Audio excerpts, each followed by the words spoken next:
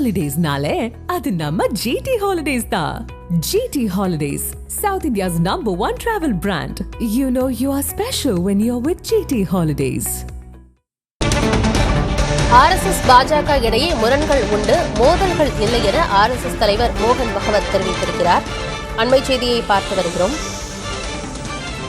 பிரதமர் மோடிக்கும் ஆர்எஸ்எஸ்க்கும் இடையே மோதல் நிலவி வருவதாக கூறப்பட்ட நிலையில் ஆர்எஸ்எஸின் தலைவர் மோகன் பகவத் விளக்கம் கொடுத்திருக்கிறார். பாஜக தேசிய தலைவரை நியமிப்பதில் இன்னும் தாமதம் ஏற்பட்டிருக்கிறது. இதற்கு பாஜகவுக்கும் ஆர்எஸ்எஸ்க்கும் இடையே மோதல் போக்கு நிலவி வருகிறது, மாறுபட்ட கருத்துக்கள் ஏற்பட்டிருக்கின்றன என்ற பேச்சுக்கள் எல்லாம் எழுந்த நிலையில் ஆர்எஸ்எஸ் தலைவர் மோகன் பகவத் இதுகுறித்த விளக்கம் கொடுத்திருக்கிறார். பாஜக தலைவரை தேர்ந்தெடுப்பது எங்கள் வேலையாக இருந்திருந்தால் இவ்வளவு கால தாமதம் ஆகியிருக்காது என்றும் பேசியிருக்கிறார். விவரங்களோடு செய்தியாளர் கணபதி இணைந்திருக்கிறார். கணபதி, ஆர்எஸ்எஸ் தலைவர் மோகன் பகவத் என்ன சொல்லியிருக்கிறாரு? கூடுதல் விவரம் என்ன?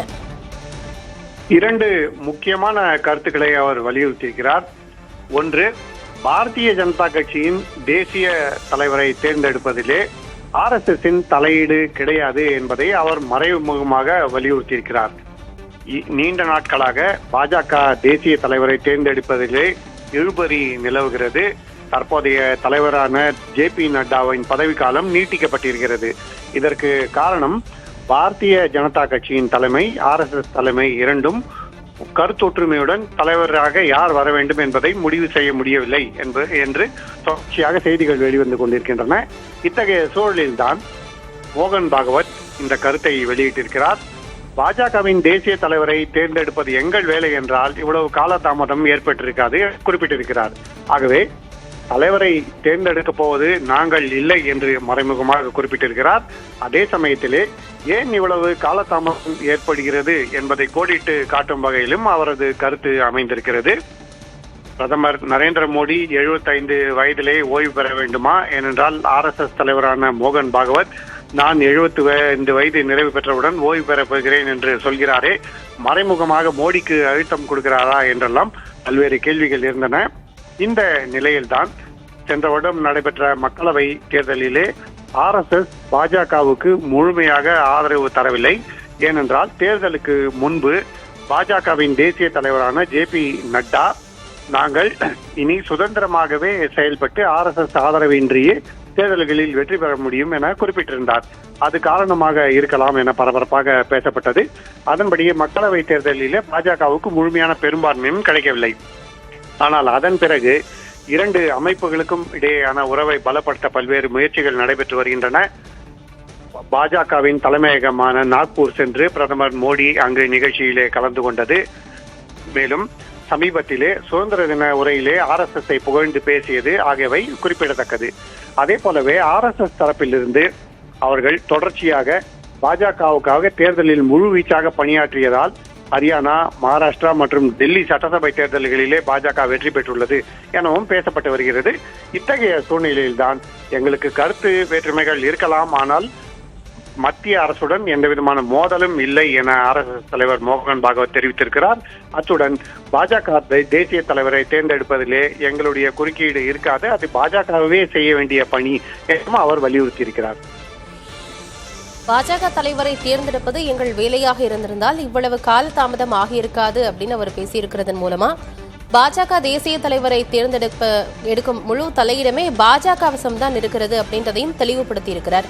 இதுதான் பாஜகவுக்கும் ஆர்எஸ்எஸ்க்கும் இடையில ஏற்பட்டிருக்கக்கூடிய ஒரு பெரிய முரண்பாடுக்கு காரணமா இருக்கா? நிச்சயமாக பாஜக, ஆர்எஸ்எஸ் இரண்டுமே மிகவும் நெருங்கிய உறவை கொண்டிருக்கின்றன. ஆனால் எப்போதுமே வெளிப்படையாக ஆர்எஸ்எஸ் தான் பாஜகவின் முக்கிய முடிவுகளுக்கு பின்னால் காரணியாக இருக்கிறது என்பதை பாஜக தலைவர்களும் ஒத்துக்கொள்வதில்லை. அதே போல ஆர்எஸ்எஸ் தலைவர்களும் நாங்கள் எங்களுடைய அழுத்தத்தின் அடிப்படையிலே பாஜகவிலே முக்கிய முடிவுகளை எடுக்கும்படி காரணியாக இருக்கிறோம் என்பதை அவர்களும் ஒத்துக்கொள்வதில்லை. பாஜகவின் தேசிய தலைவரான ஜே.பி. நட்டாவின் பதவிக்காலம் சென்ற வருட மக்களவை தேர்தலுக்கு முன்பே முடிந்துவிட்டது. மக்களவை தேர்தலுக்காக அவரது பதவிக்காலம் நீட்டிக்கப்படுகிறது என்று அந்த சமயத்திலே சொல்லப்பட்டு அதன் பிறகு ஒரு வருடம் கடந்தும் இன்னும் புதிய தலைவரை தேர்ந்தெடுக்க முடியவில்லை. ஏன் இவ்வளவு காலதாமதம் நடைபெறுகிறது? அந்த காலதாமதத்தை RSSம் உன்னிப்பாக கவனிக்கிறது என்பதை குறிப்பிடும் வகையிலே மோகன் பாகவத் கருத்து இருக்கிறது.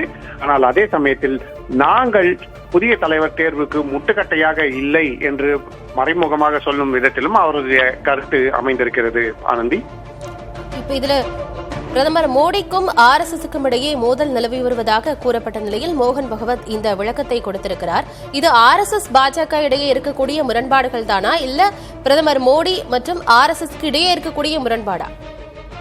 2014 வருடத்துக்கு முன்பு வரை RSSக்கு பாஜகவின் முடிவுகளிலே வலிமையான ஆதிக்கம் இருந்தது. ஆனால் 2014 மோடி பிரதமரானார். பின்பு 2019 பாஜக முழு பெரும்பான்மை பெற்றது.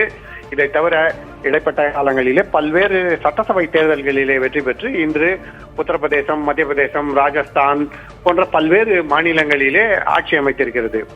இதனால் பாஜக கொஞ்சம் கொஞ்சமாக தங்களுடைய முடிவுகளை முழு சுதந்திரத்துடன் எடுக்கிறார்கள் எனவும் RSS உடைய கருத்துக்களை அவர்கள் புறந்தள்ளுகிறார்கள் எனவும் பேசப்பட்டு வருகிறது. கணபதி, நீங்க இணைப்பில் இருங்கள். இது குறித்து பேசுவதற்காக மூத்த பத்திரிகையாளர் திரு ராஜகோபால் இணைப்பில் இருக்கிறார். சார் வணக்கம்.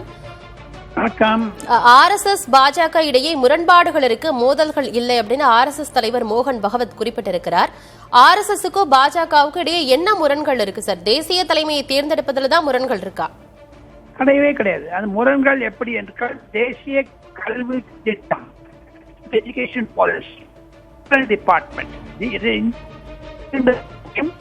இது முதல் தடவையாக நரேந்திர மோடி அவர்கள் செங்கோட்டையில் இருந்து ஆகஸ்ட் 15ஆம் தேதி நான் ஒரு RSS காரன் என்று சொன்னதும், இன்று மோகன் பாகவத் டெல்லியில் நிருபர்களை சந்தித்தது இரண்டையும் ஒன்று வைத்து பார்த்தால் RSS பாஜகவிற்கு இடையே ஒரு கருத்து வேறுபாடு இருக்கிறது. ஆனால் எங்களுக்கு அதாவது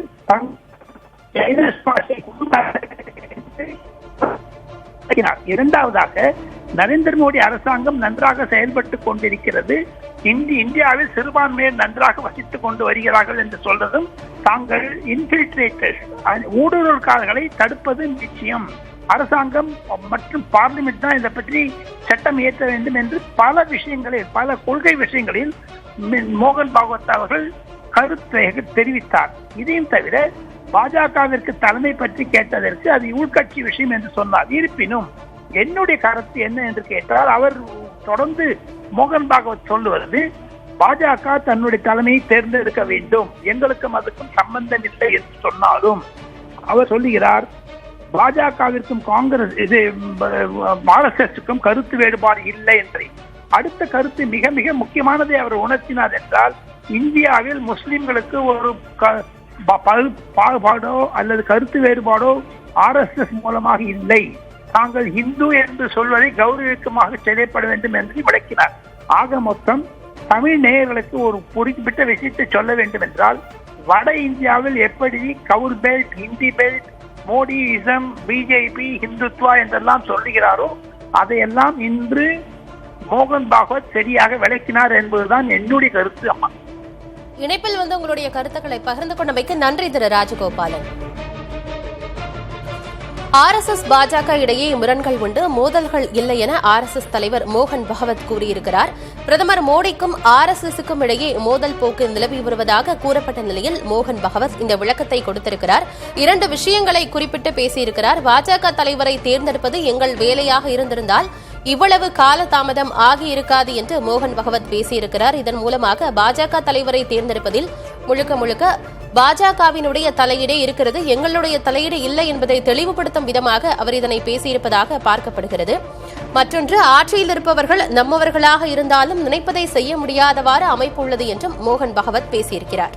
ஹாலிடேஸ்னாலே அது நம்ம GT ஹாலிடேஸ் தான். GT Holidays, South India's #1 travel brand. You know you are special when you're with GT Holidays.